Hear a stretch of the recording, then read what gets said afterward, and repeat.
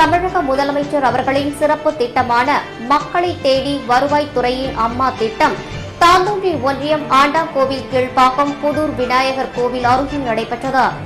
இத்திட்டத்தின் கீழ் முதியோர் உதவித்தொகை, விதவை உதவித்தொகை, குடும்ப அட்டை, பட்டா மாறுதல், ஜாதி சான்றிதழ், உழவர் பாதுகாப்பு அட்டை என சுமார் 200க்கும் மேற்பட்ட பொதுமக்கள் மனுக்களை வருவாய் கோட்டாட்சியர் நெல்லை வேந்தனிடம் அளித்தனர். பொதுமக்களிடம் இருந்து பெறப்பெற்ற மனுக்கள் மீது உடனடி நடவடிக்கை எடுத்து அன்றே தீர்வு காணப்படும் என கூறினார். மேலும் இத்திட்டத்தில் தாந்தோன்றி ஒன்றிய கழக செயலாளர் விஜயபாஸ்கர், வட்டாட்சியர் பாலசுப்ரமணியன், ஊராட்சி மன்ற தலைவர் சேகர், மாவட்ட கவுன்சிலர் மாலதி நல்லுசாமி, ஒன்றிய பொருளாளர் சாவி நல்லுசாமி, மாணவர் அணி கிளை செயலாளர் மணி உள்பட கட்சி நிர்வாகிகள் மற்றும் அரசு துறையை சார்ந்த அதிகாரிகள், பொதுமக்கள் என ஏராளமானோர் கலந்து கொண்டனர்.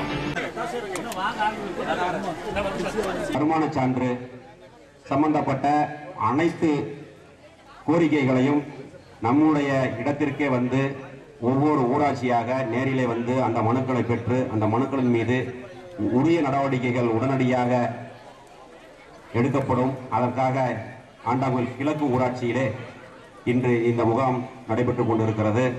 பொதுமக்கள் இதை பயன்படுத்தி பயனடைய வேண்டும். இது சம்பந்தமாக அரசு அதிகாரிகள் இங்கே வருகின்றிருக்கிறார்கள். உங்களுடைய கோரிக்கைகளை மனுக்களாக இங்கே அளித்து அது சம்பந்தமான மேல் நடவடிக்கைகள் உடனடியாக எடுத்து அப்பொழுதே அதற்கு உண்டான தீர்வும் சொல்லப்படும்.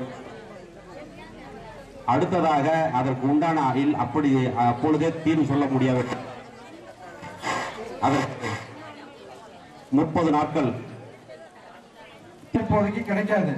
நீங்க அப்புறம் பொருள் வாங்க முடியாது, அலைய நேரிடும். எனவே தயவு செஞ்சு உள்தாள் வாங்கி இருந்தீங்கன்னா அந்த உள்தாளை உங்க ரேஷன் கார்டில் ஒட்டியோ அல்லது பின் பண்ணியோ வைங்க. நம்ம சாப்பாட்டு தட்டோட பார்த்தீங்கன்னா இவ்வளவு சாப்பாட்டை வேஸ்டா வெளியே தள்ளுவோம். 2வது உள்தாள் வாங்குறது ரொம்ப சிரமம், கிடைக்காது. ஆகவே உள்தாளை பத்திரம் பண்றது உங்களுடைய பொறுப்பு.